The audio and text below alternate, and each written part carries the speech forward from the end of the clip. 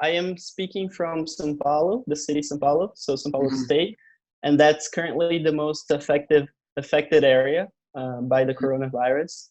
So we are currently in lockdown. It's been for me, it's been almost 2 weeks now, and Jeez. we're probably going to continue the lockdown for um, God knows how long, but probably for another couple of weeks at least.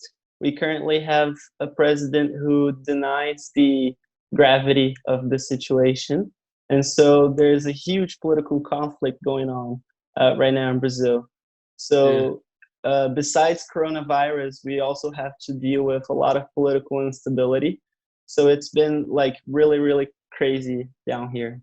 Talk to me a little bit about like how your day-to-day life with work and everything have changed during this crisis. Like, are you still working Yeah, even? sure. Yes, I am working. I am very privileged to be able to work from home. So I work with consultancy right now, and so I'm working home office.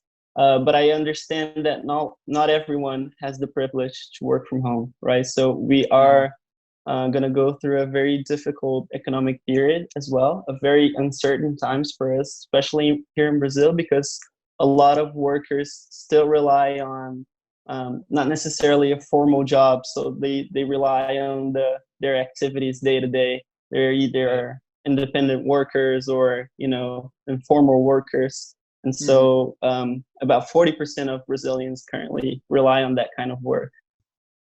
Yeah, so I think one thing that worries me about is that we're living a very unstable political moment, and we don't have, I think, the necessary leadership to guide us through this very difficult period. And Hmm. so there's a great chance that this is going to be chaotic for us in our country.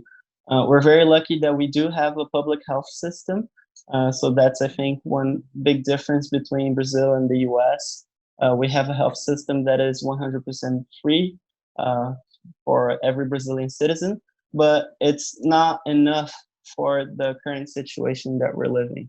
And Yeah. so the public health system will soon be overwhelmed, and then we're going to have a huge crisis like we are already living. And so I'm most concerned about our lack of leadership and what that will mean for the most vulnerable people here in Brazil.